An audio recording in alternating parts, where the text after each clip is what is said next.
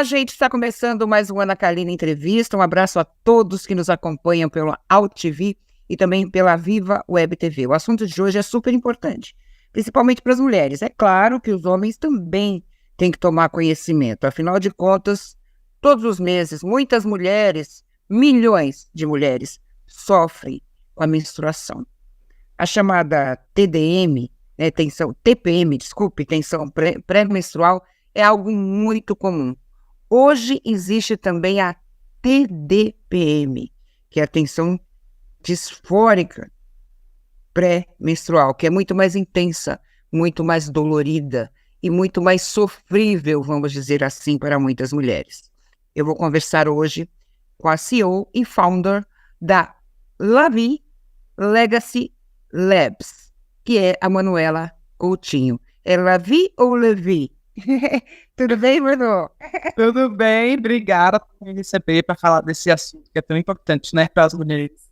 E obrigada, é um prazer estar aqui. Vamos contar um pouquinho desde o início. Como é que começou esse envolvimento da Manuela com essa questão? Então, eu nasci no meio dessa questão, né? Meu avô, o pai Coutinho, era médico, cientista e foi o pioneiro em anticoncepcionais de longo prazo, né? Ele desenvolveu o primeiro anticoncepcional injetável, e entre as ferramentas que ele desenvolveu para a contracepção feminina estava o implante. Então, ele foi o desenvolvedor dos implantes hormonais lá na década de 60, né? E trouxe essa pesquisa para o Brasil participou das pesquisas e tudo. Então, isso sempre esteve na minha vida. Nunca houve um momento em que o implante era uma novidade, sabe? Assim? E eu era muito próxima de meu avô. Eu vim morar no Brasil, eu nasci em Londres e vim morar no Brasil com 6 anos. E meu pai continuava morando fora, né? Então, minha referência aqui, né, presencial, era meu avô. Então, era para mim, o que ele dizia era, sabe, assim? E eu cresci com os implantes sendo uma realidade da nossa vida, achando que era normal, achando que todo mundo conhecia, sabe? Assim? Até hoje muita gente desconhece, né? Tá. Mas você enveredou para medicina? Você acabou cursando medicina? Não. O que aconteceu? Eu fiz faculdade na Europa, trabalhei na Europa em uma multinacional na Price, de auditoria, me formei em administração e fiquei lá trabalhando por 5 anos até que eu fui transferir, vim para cá, para o Brasil, e sempre que eu vinha, eu me envolvia nas coisas de meu avô. Né? Eu ia no CEPAR, que era o hospital e tal, e um dia eu vim e falei, eu quero olhar os implantes. E quando eu fui ver, eu vi assim, que ele fazia de uma forma muito informal, sabe, assim, para o que era necessário para que aquele produto aparecesse, para que aquele produto crescesse, pudesse escalar. E eu falei, não, eu quero te ajudar a fazer isso. Então, eu peguei aquele produto que ele tinha criado. Quando eu fui olhar as coisas dele, o que aconteceu? Eu entrei no e-mail. No site dele, tinha um e-mail, Fale Conosco. Só que ninguém entrava no e-mail. Porque não tinha gestão da parte mal, era médico, sabe? Assim, o que a coisa da vida dele era fazer pesquisa e atender paciente. Ele queria encontrar soluções para as mulheres. Ele não era administrador, ele não era... Então, assim, aí quando eu entrei naquele e-mail, que eu vi os relatos das pacientes que tinham ali, aquilo era ouro em pó, sabe? Assim, eu falava, gente, as pessoas precisam saber disso, sabe? Porque tinham relatos, até hoje, eu tô toda arrepiada quando eu vou ver, assim, foi uma descoberta para mim, sabe? Eu acho que foi um momento que eu entendi a magnitude do que meu avô fazia. Porque eu estava vendo a palavra do usuário ali. Eu estava sentindo um pouco o que ele sentia no dia a dia que a gente não tinha acesso. Então eu vi aquilo e falei, meu Deus, isso é muito importante. E aí comecei, assim, a me envolver com os implantes. Montei o laboratório novo, né? E aí nesse momento, eu comprei um mês de férias a mais. Então, fiquei 2 meses no Brasil para poder fazer isso, montar uma equipe, contratar gente para que esse laboratório novo pudesse surgir e o mundo pudesse conhecer os implantes, sabe? Assim, Isso já faz quanto tempo? Isso já faz 12 anos. Nossa! Você começou, então, muito jovem. E por que Comecei. Lavi Legacy? Porque o Lavi, minha avó é francesa. Ah, E, super misturado. Minha avó é francesa, meu avô e minha avó se conheceram quando meu avô fazia Sorbonne, em Paris. E, enfim, se apaixonaram. Minha avó veio pra cá, ela e minha bisavó, minha avó era filha única. E a França sempre foi muito presente na nossa vida e tudo. Minha avó também, a minha avó é viva e muito próxima de mim, sempre foi muito próxima de mim também. E em um momento, minha avó agora tá com Alzheimer. E ela almoça toda semana comigo e com minha mãe. E eu tava nessa coisa de qual vai ser o nome do laboratório e tudo. E aí minha avó tava em minha casa e um dia ela simplesmente começou a cantar a música La Vie en Rose, a capela todinha. Sabe, assim, cantou do início ao fim, se emocionou cantando. E foi a música que eu dancei a valsa do meu casamento com meu marido há 10 anos. nossa, eu tô arrepiada. Assim, na hora que ela cantou isso, assim, eu me emocionei, assim, de ver ela, assim, lembrar da letra e cantar. E aí eu cheguei pra minha mãe e falei, o nome do laboratório vai ser Lavi. Porque, assim, Lavi é a vida, e hormônio é vida. E meu laboratório tem muito de meu avô. Mas tem muito de minha avó também. Né? E essa parte de minha avó, poucas pessoas sabem, mas eu não queria deixar que o meu laboratório tivesse a presença de minha avó tão forte quanto tinha de meu avô. E aí virou Lavi por causa dela. Né? E o que o Lavi Legacy Labs faz hoje? Conta para mim um pouquinho o que é. Depois a gente vai falar dos implantes, a questão de se há contraindicação, a gente vai explicar um pouquinho sobre tudo isso. Vamos falar um pouquinho do laboratório. O que ele faz hoje? Então, o Lavi é um laboratório de produtos magistrais estéreis. O que é isso?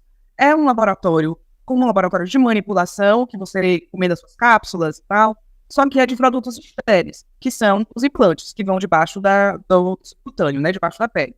Então, é uma outra classe de laboratório, né, que é super regulado e tal, e que o objetivo é fazer esses implantes para que os médicos possam prescrever. Então, assim, você vai dizer, na prática, o laboratório é um laboratório de implantes hormonais. A gente faz implantes elásticos, que são os implantes que ficam durante um ano, e os implantes absorvíveis, que são implantes que ficam por 4 a 6 meses.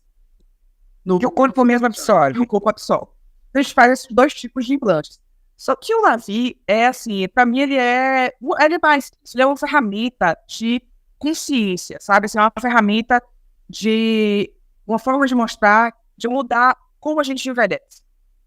Sabe? Se eu quero mudar a forma que a mulher vê a sua saúde. Sabe? E a gente se acostumou a uma forma de ver a saúde completamente equivocada. Sabe? E a gente está no processo de transformação. Sabe? Assim, de transformação do envelhecimento, de entender que o envelhecimento não é fim, é uma fase. Sabe? Essa fase pode ser de várias formas. Então, o Lavi, na medida em que ele faz um produto, sim, ele é um laboratório feito para isso, mas ele tem um objetivo muito maior, sabe? Que é um objetivo mesmo de conscientização da sociedade, principalmente da mulher, em relação à sua saúde, sabe? Então, e é um tema que eu sou apaixonada, sabe? Que eu sou muito, muito empenhada mesmo, porque falta gente, sabe? Falta gente, falta voz, e é muito natural para mim. Eu cresci com estas verdades. A questão é o seguinte, a questão da menstruação foi um tabu, né, no início. As pessoas tinham vergonha, as meninas, né? Eu lembro da minha mãe falando que ela nem sabia o que era quando ela menstruou, né? Na minha fase eu já sabia e tinha problemas de fluxo menstrual sem conhecer qualquer tipo de medicamento que pudesse amenizar esse tipo de sofrimento. Eu sofri do começo até o fim, até entrar na minha menopausa. Eu nunca pude usar hormônio porque eu tenho histórico de câncer na família. Então eu sofri demais essa fase. E eu vejo o seu trabalho, eu fico feliz, porque eu acho que as pessoas têm que ter um canal de comunicação para entender isso. Porque hoje muitas mulheres ainda sentem vergonha. Né? Hoje mulheres deixam de trabalhar por causa da menstruação. Né? Não só as cólicas, mas também o humor, afeta tudo. Um corpo mal cuidado é uma mente mal cuidada. né? E eu digo isso de forma clara porque eu vivi isso e fico muito feliz. Eu só fiz esse adendo porque eu acho muito importante a conscientização. Eu sei que você é profissional, é uma área de empreendedorismo, né? Claro que você precisa trabalhar com isso, mas você leva o empreendedorismo junto com a conscientização. Isso é muito importante, tá? Nessa conscientização, Manu, você falou que o seu laboratório desenvolve 2 implantes. Qual que é a diferença de um para o outro? Para quem um é indicado e o outro? Um de 1 ano e o outro que é absorvido na pele depois de 4 meses, 6 meses. Isso, os implantes, quando a gente fala do plástico, né, que é o que fica durante 1 ano. Então, a forma dele funcionar, apesar de poder ter a mesma substância, eles funcionam de forma diferente porque o hormônio é liberado de forma diferente. Então, na hora que o médico vai atender aquela paciente, ele tem que entender o que é que a paciente está buscando, né? Para ver que tipo de liberação ela suporta e ela precisa. Porque uma paciente, por exemplo, que tem uma viabilidade emocional muito forte, TPM, né? Uma TDPM, que a gente falou que a gente vai falar um pouquinho sobre isso, que é super importante também, elas às vezes não suportam um pico hormonal causado pelo implante absorvível. Ela precisa de estabilidade. O que é que as meninas precisam? Estabilidade. Então, uma paciente que o foco principal dela é um equilíbrio e ter uma estabilidade hormonal e emocional durante o ano, ela precisa de um implante silástico, que é um implante que o hormônio é difundido de forma bem lenta. Não faz picos. É um implante, por exemplo, que para uma paciente que está insegura, uma paciente que o médico, às vezes, está inseguro se vai dar certo, se não vai dar certo. O médico não sabe, na verdade. Ninguém tem bola de cristal. Você começa o tratamento e você tem uma previsão ali da probabilidade de acontecer, mas, às vezes, a paciente não adapta. Claro. Então, é um implante que você pode retirar a qualquer momento. Então, olha, a paciente não gostou e tal, você retira e o tratamento cessa. O absorvível são implantes que eles são consumidos mais rápido. E eles são consumidos com maior influência da paciente. Então, pacientes que são mais ativas, por exemplo, atletas, elas vão consumir aquele implante, aquele pelletzinho, mais rápido. Então, em vez de durar 6 meses, vai durar 3 ou 4. Uhum. Elas vão ter picos hormonais maiores. Então, quando o médico for ali prescrever, ele tem que entender se aquela paciente, ela suporta um pico hormonal no início do tratamento. Iguaria de organismo para organismo. Ninguém é igual a ninguém. Organismo, exatamente. E tem pacientes que não só suportam, como se dão melhor com doses um pouco mais altas. E pacientes que não. Então, essa sensibilidade do médico de saber o que é que ele está tratando e até onde ele pode ir com essa paciente. Uma paciente que precisa de contracepção, por exemplo, não pode usar o implante absorvível, porque o absorvível não tem estabilidade suficiente para garantir uma contracepção para a paciente. Entendi. Sabe? Então, são características do implante, né, dos produtos, mas principalmente das pacientes. Diga, pode falar. O que cabe melhor para cada pessoa, porque o importante aqui é a individualização. Mas a matéria-prima é totalmente nacional? Curiosidade. Não. Conta para mim. Não. Tudo importado. Tudo. A gente não tem know-how no Brasil para isso ainda? Olha, sim, estamos caminhando. A matéria-prima, por exemplo, a gente compra os hormônios, né? E são hormônios que são muito caros, tá? Então, por exemplo, a gestrinona, que é esse hormônio que muita gente fala chip da beleza, a gestrinona, e isso e aquilo. A maioria das pessoas não sabe o que é. Então, assim, a gestrinona é uma progestina, é como se fosse um anticoncepcional normal. Sabe aquele anticoncepcional que você tomou na adolescência e na vida toda? É uma progestina também, certo? Tá. O anticoncepcional, a substância que está dentro do Mirena, que muitas pessoas usam, é uma progestina. A gestrinona é uma progestina. Certo? Então, é uma progestina utilizada principalmente para tratamento de endometriose e patologias que são estrogênio dependentes, patologias que se alimentam através de um desequilíbrio no mecanismo estrogênico da mulher. Porque a gestrinona, ela bloqueia os picos de estrogênio. Então, ela consegue controlar essas doenças sem bloquear totalmente. Porque você tem que controlar, mas você não pode zerar o estrogênio da mulher. Porque o estrogênio é o hormônio mais importante da mulher. Então, assim, ela tem esse equilíbrio, sabe? Assim, de você conseguir fazer um tratamento que você consegue tratar uma mulher com endometriose, mantendo a qualidade de vida dela, que é uma coisa que a gente não consegue com as outras progestinas da indústria que tratam endometriose, né? Então, assim, a gente tem a gestrinona, que é essa progestina e que ficou famosa e que é amada por uns, odiada por outros. Porque ela tem um efeito colateral ali de fundo que aumenta a massa magra, né? Então a mulher fica com mais músculo, a mulher fica com mais disposição. E aí virou essa inversão de propósitos com a gestrinona, né? De você usar só para ficar mais forte, de você, né, de usar para emagrecer, que é um absurdo, porque ela não emagrece. Então, virou uma confusão em torno disso, sabe? Mas é uma droga que é, assim, muito importante, que é a salvação de muitas mulheres que não conseguem usar nada e só conseguem tratar as patologias estrogênio-dependentes com a gestrinona. Só que a gestrinona você só consegue comprar no exterior. Hoje, ela, em um momento, nesses 12 anos de implante, né, que eu faço implantes, ela, em um momento, lá no início, ela foi produzida na Itália, chegou a ser produzida na Itália, que era um berço de produção de hormônio importante, mas hoje em dia toda a produção da gestrinona é feita na China e Índia. Nossa. E aí os distribuidores importam e a gente compra, né, os laboratórios compram desses distribuidores. Todo esse processo, desde a fábrica na China, o distribuidor no Brasil, né, o importador, distribuidor no Brasil e a gente, todo mundo é regulado. Todo mundo tem que ter regulação local pela Anvisa.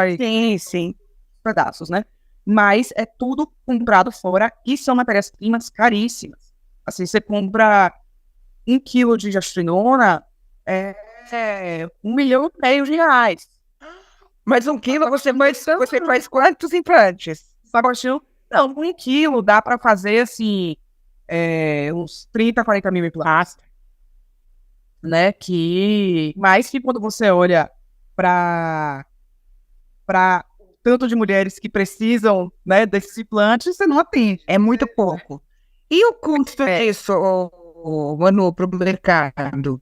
Os preços variam de quanto a quanto? Você falou assim, já que a matéria-prima é cara, um implante desse deve ser caro. Pois é, a matéria-prima é cara, tanto a matéria-prima dos implantes quanto a matéria-prima, por exemplo, no Silástico, tem o próprio silicone. Né, que também é um produto que o berço dele é importado, né? A gente sempre comprou fora. Atualmente, a gente conseguiu qualificar alguns 2 fornecedores no Brasil para fazer o Silástico igual ao que a gente tinha antes, mas ainda assim é um processo assim, longo de treinamento, né, assim, você tentar qualificar os próprios fornecedores para eles conseguirem fazer aqui no Brasil. Né, e aí tudo isso é um processo longo. Hoje em dia a gente tem um fornecedor que faz um tubo bom aqui no Brasil. E tem outros que fazem. E aí isso é um risco também. Porque pode vir um laboratório novo que não sabe a diferença e compra um tubo ruim. E aí, enfim, né, vira aquela disparidade na qualidade do produto final.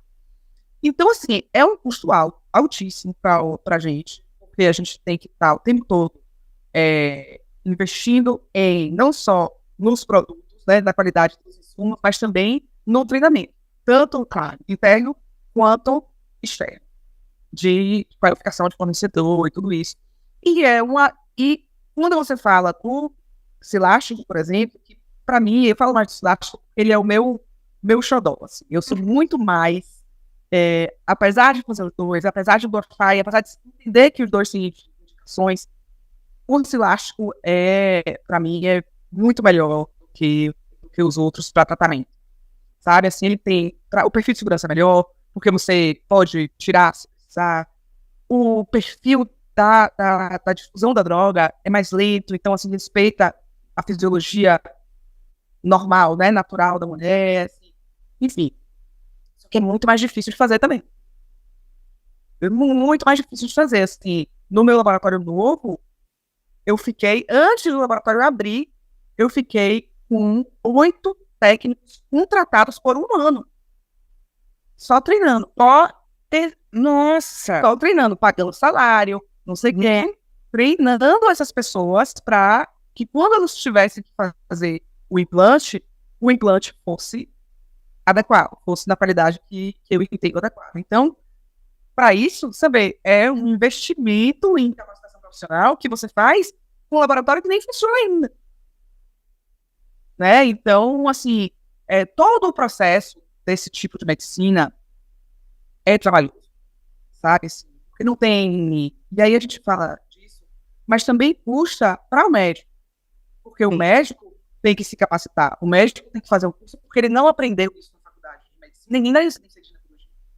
Então, ele tem que vir fazendo curso atrás de curso para poder entender e ter repertório para atender as pacientes. Enfim. E poder prescrever, né? Se Claramente. não tiver conhecimento, ele não pode prescrever nada. Exato. Então, é um produto que eu sei que tem um valor alto comparado com o poder aquisitivo médio da população, mas a parte boa é que hoje já existe mais concorrência. Então, quando existe concorrência, os preços... Porque a demanda aumentou, né? Entendeu? O preço fica mais competitivo, o médico consegue comprar melhor para poder depois revender melhor, né, para o paciente.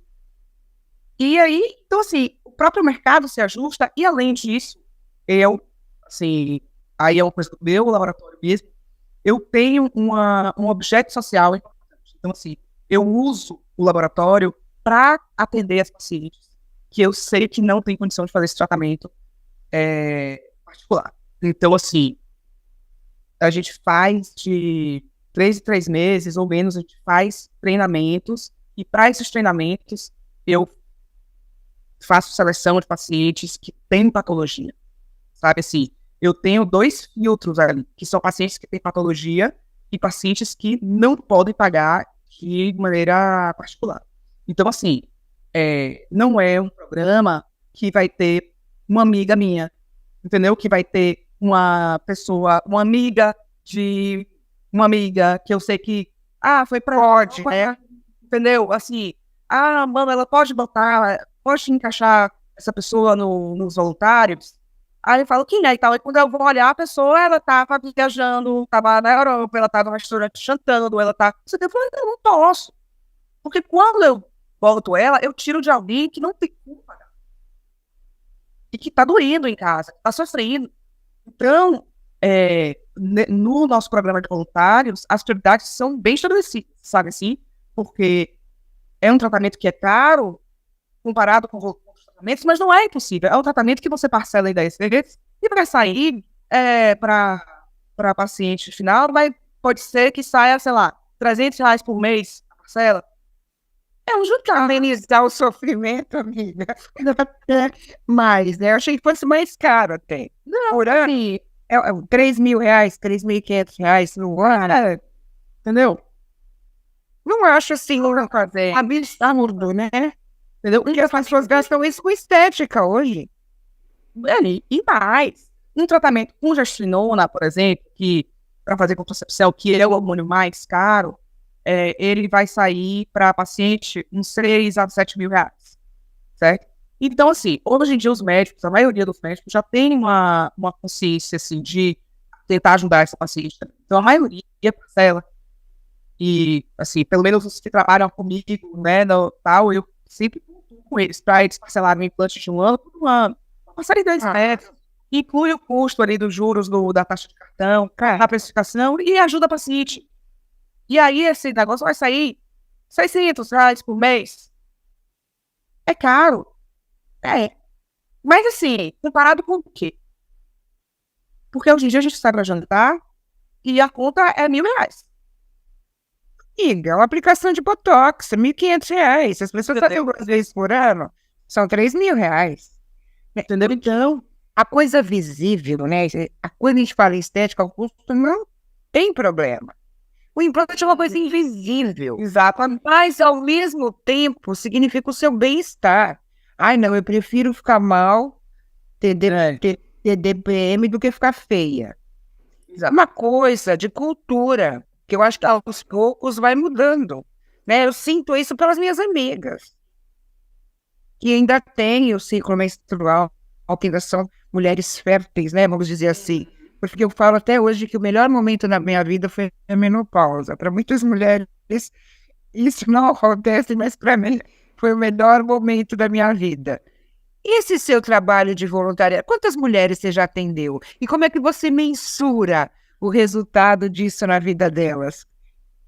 Agora, quantas mulheres eu já atendi ao longo desses 12 anos, eu nem sei, viu? Mas deve estar lá, ao longo desses 10 anos, ou 12 anos, deve ser, 5.000 mulheres. Alguma coisa assim. Que delícia. Mas no laboratório novo, né, no Lavi, a gente começou a funcionar em março. Só que desde antes, enquanto eu estava construindo o laboratório, eu já fazia. Porque eu fazia mentoria, né, eu continuei com as mentorias, e na mentoria eu fazia treinamento, e aí eu falava com os outros donos de laboratório para eles doarem implante para o treinamento, e aí eu incluía paciente voluntário. Então, assim, eu conseguia manter ali, sabe, uma quantidade menor e tudo, mas conseguia manter. E aí agora, com esse projeto que a gente começou, agora, em março, a gente já tem umas 60 mulheres atendidas, e a gente tem uma pesquisa, além dos treinamentos, eu patrocino uma pesquisa específica para a TDPM, com um médico que se chama Lucas Penchel. O Dr. Lucas Penchel é um médico de Belo Horizonte, e ele veio para mim com um projeto de pesquisa para o doutorado dele, que era de tratamento em pacientes que têm a disforia, que têm TDPM, com gestrinona, com implante de gestrinona. E ele, na hora que ele conversou comigo, eu falei, pode contar comigo. Tô dentro. Então, a gente já começou, essa pesquisa começou no mês passado, aí ele já atendeu 20 pacientes e tem mais 20 que vão ser atendidas esse mês, totalmente voluntárias, pacientes que sofrem de TDPM, e que aí, junto com ele, a gente banca o tratamento todo delas, né? De todas essas meninas. Então, aí a gente já tem umas 100 mulheres atendidas. E assim, como eu mensuro, eu acompanho muitas, né? Porque muitas vêm acabam entrando no projeto, nos voluntários, através de mim nas redes sociais. Então, muitas dessas meninas já me descobriram nas redes sociais e vêm interagindo comigo, me fazendo pergunta e ganhando consciência da sua própria condição, né? E me mandam os depoimentos, e aí quando eu vejo que são depoimentos graves, que assim, eu sinto uma urgência de ajudar essa mulher, eu incluo ela no programa de voluntários. E aí eu vou botando pessoas, e aí eu consigo ir acompanhando, porque a gente cria uma relação. Manu, é fácil o diagnóstico da TDPM? Conta para mim, assim, como é que a mulher pode cogitar que a tensão pré-menstrual, eu aprendi, eu tinha um mau humor terrível, então eu já sabia que estava com TPM, né? Além do fluxo, eu acho que o próprio fluxo me deixava mal-humorada, chorona. Então, eu já tinha essa concepção da TPM. A TDPM é pior que a TPM? Em que sentido? Conta pra gente um pouquinho, só pra gente entender melhor. Muito pior. Assim, a TDPM é uma condição que, quando não tratada, ela é incompatível com a vida. Uma mulher que tem TDPM, ela sobrevive, ela não consegue ter uma vida adequada, sabe assim? Por quê? É uma TDPM, como se fosse uma TPM muito, muito, muito forte. Mas a gente não consegue imaginar o que é uma TPM muito, muito, muito forte. Né? E por que isso acontece? Essas meninas, elas têm uma sensibilidade a estrogênio e progesterona. aos picos hormonais. Então, quando ela tem esses picos hormonais, ela tem uma sensibilidade neuronal nos neurotransmissores e elas ficam completamente fora da casinha. Completamente. Assim, Existem casos até de suicídio, né, Manu? muitos casos de suicídio, muitos casos de homicídio, muitos casos de, assim, até outro dia a TDPM não existia. Então, existe um diagnóstico. Essas meninas são diagnosticadas como bipolares, como doidas e trancafiadas em clínica entendeu? E elas, o que elas têm é um desequilíbrio hormonal. Só que até 2021, essa doença não estava nem descrita. Então não tinha nem CID para TDPM. Ninguém nem sabia o que era. A maioria dos médicos, até hoje, não diagnostica TDPM. Pouquíssimos médicos fazem esse diagnóstico, e é um diagnóstico combinado do psiquiatra com o ginecologista. Normalmente, o que acontece? Essa menina vai para o psiquiatra, levada pela família, né? Assim, tem alguma coisa errada com medicina. E aí, o psiquiatra, se for um psiquiatra atualizado, ele vai perceber que essas mudanças de personalidade, essas mudanças bruscas essa variabilidade emocional, acontece combinada com ciclos hormonais. E não em qualquer momento, que é uma diferença grande entre um transtorno bipolar, por exemplo, e uma disfonia. Então, assim, quando essa relação é feita do ciclo menstrual com essas mudanças emocionais e tudo, aí é feito um diagnóstico de TDPM. E, normalmente, o psiquiatra vai encaminhar para o ginecologista fazer um tratamento que equilibre e impeça que essa paciente tenha esses picos hormonais. Só que chegar nisso é muito difícil. Nossa, é uma caminhada. Porque as pacientes não sabem. As meninas não sabem que essa doença existe. Muitos médicos não sabem ou ainda negam a doença. E aí a paciente fica no meio de uma massa cinzenta, assim, sabe? De não sei o que está acontecendo comigo. Aí a família se afasta da família, o casamento acaba. E coitada, e ela não sabe o que é. E aí é depressão, né? Sempre o final é uma depressão, é uma bola de neve. E é pela vida toda, incompreendida. Aí, de repente, quando chegar lá na menopausa, ela não vai mais ter esses picos de estrogênio, mas ela vai ter tantos traumas da vida toda passando por isso e agredindo as pessoas e não tendo condições de ter uma vida social, não tendo condições de ter um trabalho, sabe? E sem saber o que é que ela tem, simplesmente se achando inadequada. Que quando ela tá na menopausa e ela não tem mais picos hormonais, quem é ela? Quem é essa pessoa? É verdade. Né? Eu falo isso por mim. Eu tive muito problema emocional nessa época fértil, né? Minha época fértil, porque isso para mim durou a minha vida fértil. Exatamente.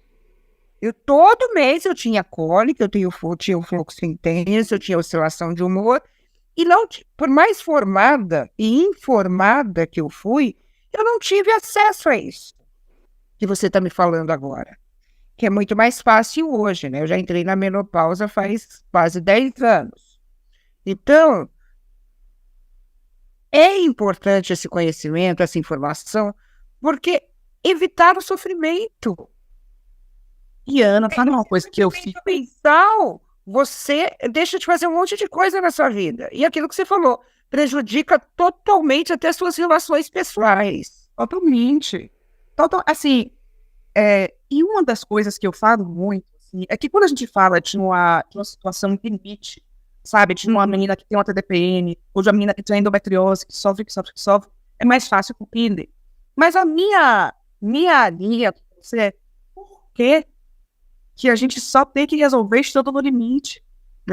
Por que a gente tem que aceitar ficar incomodada todos os meses da nossa vida fértil.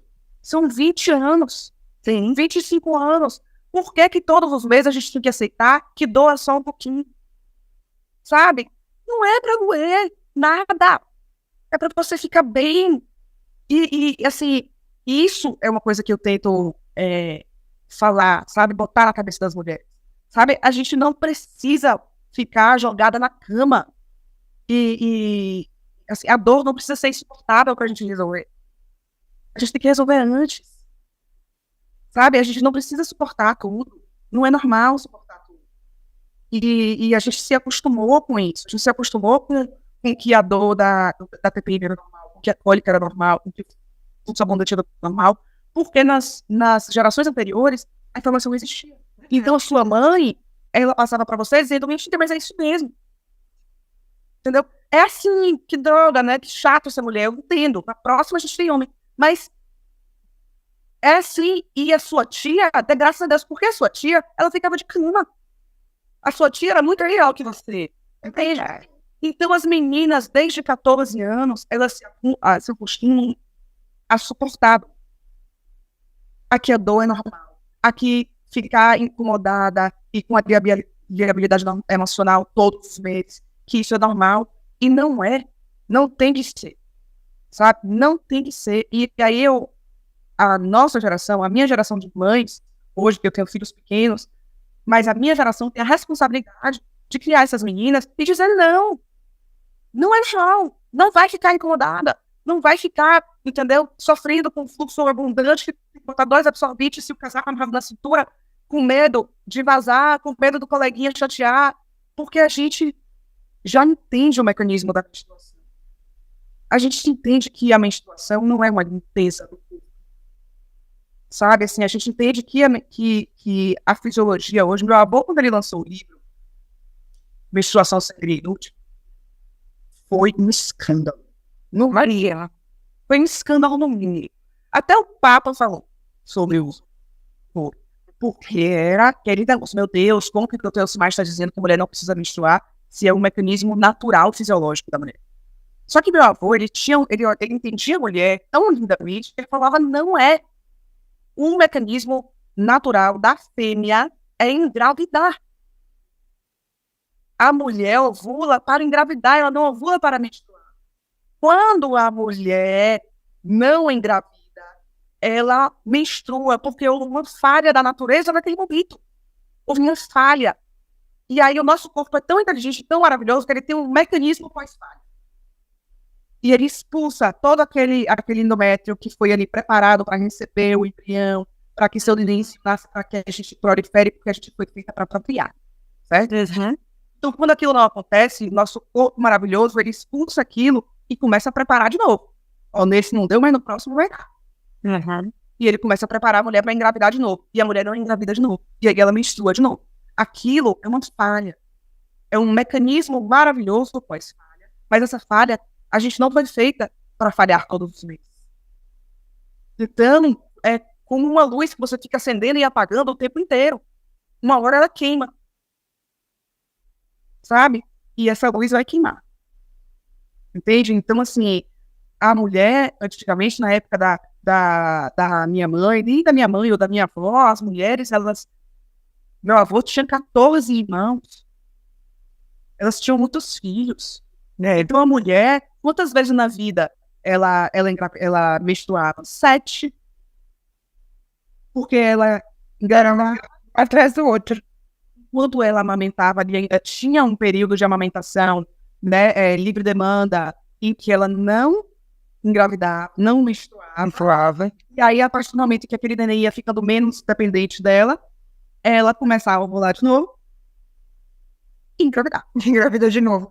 Deixa eu te fazer uma pergunta que existem mitos e verdades, né, sobre os implantes, esses implantes.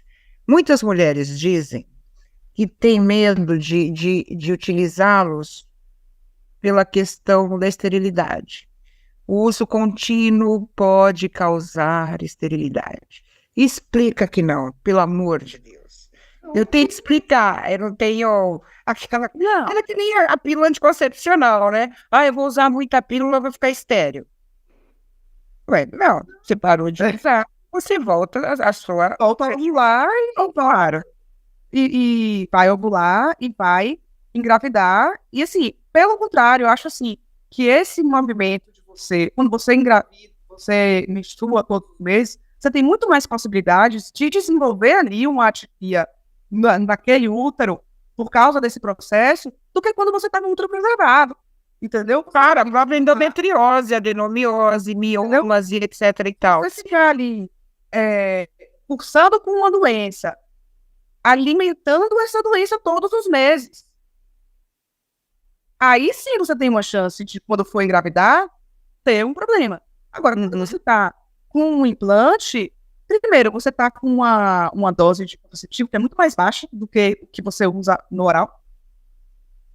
Né? Uma dose de contraceptivo que não passa pela primeira via de metabolização hepática, né? Então ela está no subcutâneo, ela vai direto para as células e a parede sanguínea, que é bem diferente de quando você toma o oral, que ele metaboliza, né, tudo até chegar onde tem que chegar. Então são doses maiores que tem que prever essa perda. Então uma dose muito menor, sabe? E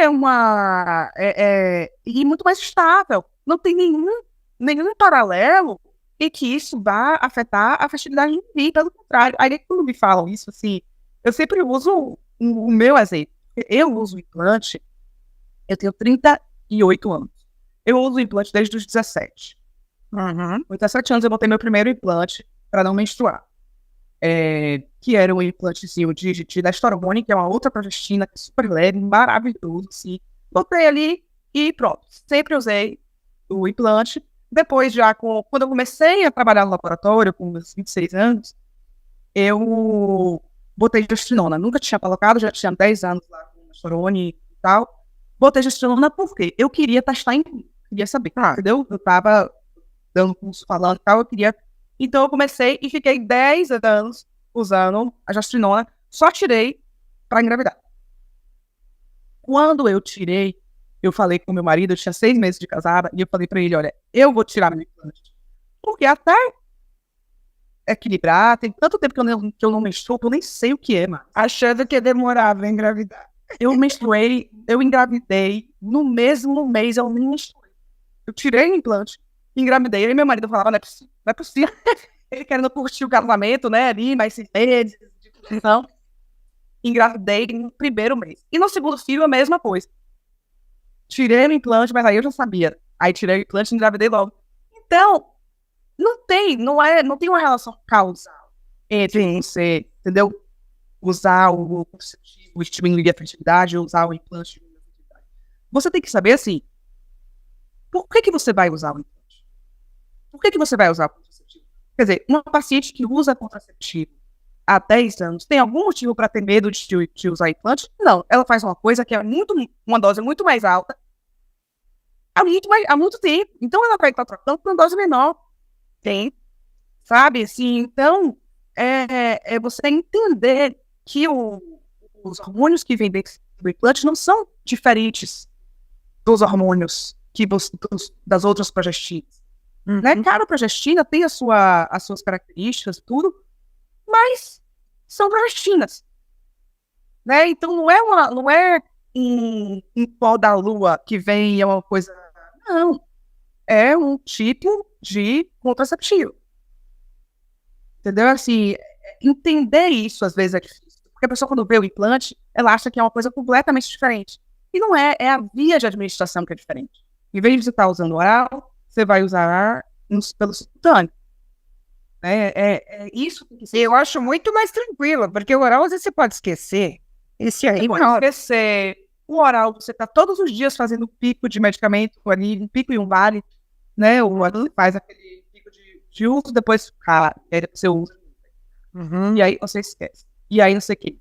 Então, assim, é um trabalho de educação mesmo, de conscientização, tanto do médico quanto da paciente, porque essas pacientes, o sistema foi tão bem feito, que essas meninas todas, nós e mulheres, usam anticoncepcional por 15, 20 anos, achando que menstruam. Ah, não, mas eu uso anticoncepcional, mas eu menstruo. Eu não menstrua nada. Você não menstrua. É menstruação falsa. Você sangra. Uhum. Verdade. Menstrua quem ovula. Se você não ovula, não tem como você menstruar. Você tem sangramento por diminuição brusca de hormônio ali. Entendeu? Para mimetizar uma menstruação, porque na época da criação da pílula, isso era um fator importante para que a igreja pudesse apoiar o anticoncepcional. Tem. Então, quando a pílula foi criada, existia essa preocupação de você conseguir mimetizar o natural, entendeu? De você dizer, não, mas ó, a gente está mantendo a mulher, ela continua menstruando, entendeu? Mentira! Mas as pessoas ainda não sabem, ainda não, entendeu? É um trabalho de educação mesmo, de mudar o ângulo de que a gente aprendeu a ver a nossa saúde, sabe? Assim, e isso isso é uma missão tão grande, sabe? Assim, tão importante e que só é possível porque tem uma infinidade de mulheres empreendedoras que estão no mercado agora resolvendo as suas questões. Porque o empreendedor é um resolvedor de suas dores, né? Assim, É o resolvedor de problemas. É essa experiência, então, que você vai levar para os Estados Unidos em novembro. Quer inspirar outras mulheres, é isso? Essa missão, essa chamada, sabe? É uma chamada para essa missão que é tão importante, assim, a gente lutar as nossas batalhas agora que a gente pode, sabe? Então, assim, é tão importante uma mulher empreendedora, sabe? Assim, chegar e entender as suas dores e dizer, eu consigo resolver isso. E, às vezes, não é um implante hormonal que isso é uma coisa super complexa. É como é que o bolo quentinho vai chegar na casa da outra. Entende? Porque a gente sabe que um bolo quentinho resolve coisas na hora certa. É como é que a feira orgânica vai chegar para você fazer a introdução alimentar com seu filho. São dores que são muito latentes na mulher e que ficam por muito tempo em segundo plano, porque o empreendedorismo estava na mão. E hoje a gente pode estar aqui fazendo, e o problema resolvido por uma mulher resolve tantos outros problemas, sabe? E é resolvido de uma forma tão bonita e tão real. E Consciente, né? A mulher é muito mais consciente, racional para resolver problema, aquilo. Não enrola. Não. Mas a mulher tem um senso de empatia, sabe? Assim, ela tem um senso de empatia e de comunidade que nasce da gente. Nasce junto com a gente porque a gente já nasce com o chip da família, né? E a gente leva isso para a nossa visão total. Então, eu sempre falo assim, quando eu ajudo uma mulher, quando eu salvo uma mulher, eu melhoro o mundo.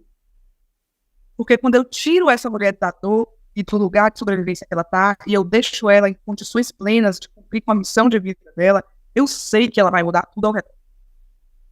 Sabe? Então, é mais do que uma mulher. É o que está em volta, sabe? Assim, eu tenho um caso super, super tocante de uma menina. Foi a primeira menina com TDPM que eu participei do tratamento, né? Assim, e ela foi a pessoa que me abriu os olhos para a TDPM, que eu via a gravidade. E essa menina tem uma história muito emocionante. Ela, jovem, perdeu um filho de 3 anos para o câncer. O menino teve câncer e ela era mãe solteira, mãe sozinha, com aquela criança nos hospitais, não sei o que e tal. E aí depois ela desenvolveu esse quadro de TDPM. Porque a TDPM ela tem uma característica que muitas vezes é o gatilho, é um trauma. Então existe um trauma que é um gatilho para que essa doença apareça. E ela desenvolveu isso e ela ficou assim, ficou muito ruim, sabe assim, todo o tempo, muitos anos.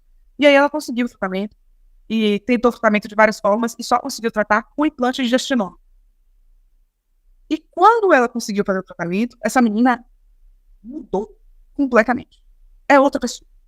E quando ela mudou, ela abriu uma ONG do Rio de Janeiro para atender a mães que têm filhos com câncer no hospital do câncer do Rio de Janeiro. Então ela alugou uma casa. Ela fez dessa casa um lugar para receber essas mães que estavam em tratamento com seus filhos no hospital e que não tinham lugar para descansar, lugar para lavar uma roupa, que não tinham uma direita, que não tinham um acolhimento, um atendimento médico, porque estão só focadas nas crianças. Essa menina fez isso, sabe? Porque ela estava bem. Então, eu falo, gente, quando a gente tira ela do escuro, quando ela saiu do escuro, olha quanta luz ela tinha. Olha quanta luz ela tinha. E estava tudo debaixo da doença, sabe? Estava tudo ali, porque ela estava sobrevivendo. Isso. Você cuida das suas redes sociais. Você tem quase 27 mil seguidores. É um número bem significativo. E que tipo de dúvidas chegam lá? E você faz questão de responder como é que você trabalha a rede social? A Manu trabalha a rede social dela. Pois é, engraçado, né? Que quando eu abri essa rede social tem 2 anos. Eu não tinha, e aí quando eu saí do laboratório antigo, né, da familiar, eu falei, vou começar uma história nova, né? Vou construir um laboratório. Eu sabia que era um desafio novo, que não ia ser rápido. Só que antes de sair dali, eu passei 10 anos ali e eu falava de implante o dia inteiro. Os médicos, e eu ando falando de implante, eu gosto de fazer isso. Então, quando eu saí, quando aquilo acabou, eu fiquei órfã, sabe? Assim, eu falava, e agora? O que eu vou fazer? Quer dizer, enquanto eu estiver construindo o laboratório, o que eu faço? Sabe, assim... E aí eu tava um dia, eu acordava, assim, 4h30 da manhã, e eu rezava na sala, e falava, meu Deus, o que eu faço? E, sabe, que é isso que vai acontecer agora, né? E aí eu fui andar, assim, eu moro na frente do mar, e aí eu tava, assim, olhando pro mar, parei no meio-fio, e aí veio essa ideia pra mim, assim, eu falei, e veio um nome, Gestinona na Real, que era o nome do canal, quando eu comecei. E eu falei, vou abrir um canal no Instagram, e vou falar de Gestinona. Por que eu falo disso mesmo? Minhas amigas me perguntam, tem tanta dúvida, eu vou... E aí eu falei, bom, vou abrir. O que pode acontecer? Ninguém gostar, ninguém querer falar sobre isso, e aí tudo bem, opa, mas vou tentar. Quando eu comecei, a receptividade das pessoas foi tão linda, sabe, assim, tanto dos médicos, quanto das pacientes que tinham dúvida. E eu entendi que aquele conhecimento que eu tinha era muito útil para elas. Era muito valioso para essa menina que estava com uma dúvida que eu podia resolver. Porque era parte do meu cotidiano. Então eu comecei a responder caixinhas de perguntas todos os dias. Eu abria a caixinha de pergunta e respondia. E comecei, e aí eu indicava os médicos. Porque como eu conheço muitos médicos, claro, eu indicava os médicos nas cidades, para essas meninas, eu não sei onde você tem um médico para me indicar, e aí eu ia indicando. E aí começou a minha vida, assim, no digital, através disso, através dessa chamada, assim, e as meninas me mandavam tantas mensagens, me mandam até hoje, assim, validando esse trabalho da informação, sabe, assim? Obrigada, sabe? Puxa, se não fosse você, eu não teria descoberto isso. Se não fosse você, eu ia estar desesperada, achando que eu tô com um problema aí, sabe? Obrigada, porque você me encaminhou a esse médico. Então, eu não tinha consciência plena, sabe? De tanta gente, de tanta dúvida. E aí eu comecei, e é o que eu faço lá até hoje, assim, eu tento ser útil, sabe, assim? Eu tento resolver o problema de uma pessoa. Assim, eu não fico na rede social fazendo nada que eu não entenda que é útil para essas pessoas que estão ali, sabe, assim? Que eu possa inspirar elas de alguma forma, que eu possa resolver alguma dúvida ali aguda que está abandonada, que ela não tem, né, com quem falar. E aí, isso é essa ponte. Essa é uma ponte entre a paciente e o médico, sabe? Entre ser uma pessoa que elas conseguem enxergar como par, mas que tem ali uma entrada em lugares que estão muito distantes para elas, né? Então eu consigo costurar esse caminho e dizer, não tá tão longe assim. Tipo assim, a gente dá a mão e a gente chega lá, entendeu? É aquela coisa, acredite em você, né? Eu acho que falta, às vezes, só um chacoalhão. Manu, nosso tempo chegou ao fim, mas a gente divulgou aí tanto o Instagram do laboratório quanto o seu pessoal, para que essas mulheres, né, possam ter vamos dizer assim, uma mão amiga nessas questões. Acho que é muito importante a informação, isso que a gente fez hoje, né? Inclusive para mim, eu aprendi muito, né? Porque não fala, jornalista sabe tudo, não sabe nada. A gente aprende diariamente, eu aprendo muito com as minhas entrevistas, e é isso que me gratifica, né, de fazer e de levar essa informação, porque eu levo e recebo. Essa troca é muito boa. Muito obrigada. Muito sucesso para você e que muitas mulheres consigam, né, ter essa concepção, sua voz alcance aí milhares de mulheres em todos os cantos deste país, não só deste país, mas fora dele, já você vai para a Flórida falar e inspirar outras mulheres empreendedoras que com certeza virão do mundo inteiro. Obrigada, Manu, seu recado final, por favor. E desculpe ter a chamada de Manu, né? Não, mas é Manu mesmo. Não, é Manu. Tudo que eu mesmo pergunto como é que você falou Manu contigo. Tipo assim, é Manu mesmo. Manuela parece que tá brigando. Seu recado final. Não, eu quero, assim, agradecer principalmente essa exposição, né? Esse lugar para eu conseguir chegar nessas mulheres. O trabalho é sempre conjunto, né? Não existe você conseguir chegar em pessoas sem pessoas, né? Então, esse lugar é importante de conseguir espalhar essa mensagem, de conseguir outros porta-vozes para essa mensagem, e que através disso, as mulheres, assim, algumas mulheres que estejam vendo aqui entendam que a mulher é um ser de força, sabe? Assim, a mulher, ela vem para o mundo com força. E essa força tem que ser preservada, sabe? Essa luz da mulher tem que ser preservada e que não dá para fazer isso sobrevivendo a dores, né? Sobrevivendo só, né? Assim, matando um leão por dia. A gente ajuda, sabe? Assim, tem leões que a gente pode ajudar na batalha.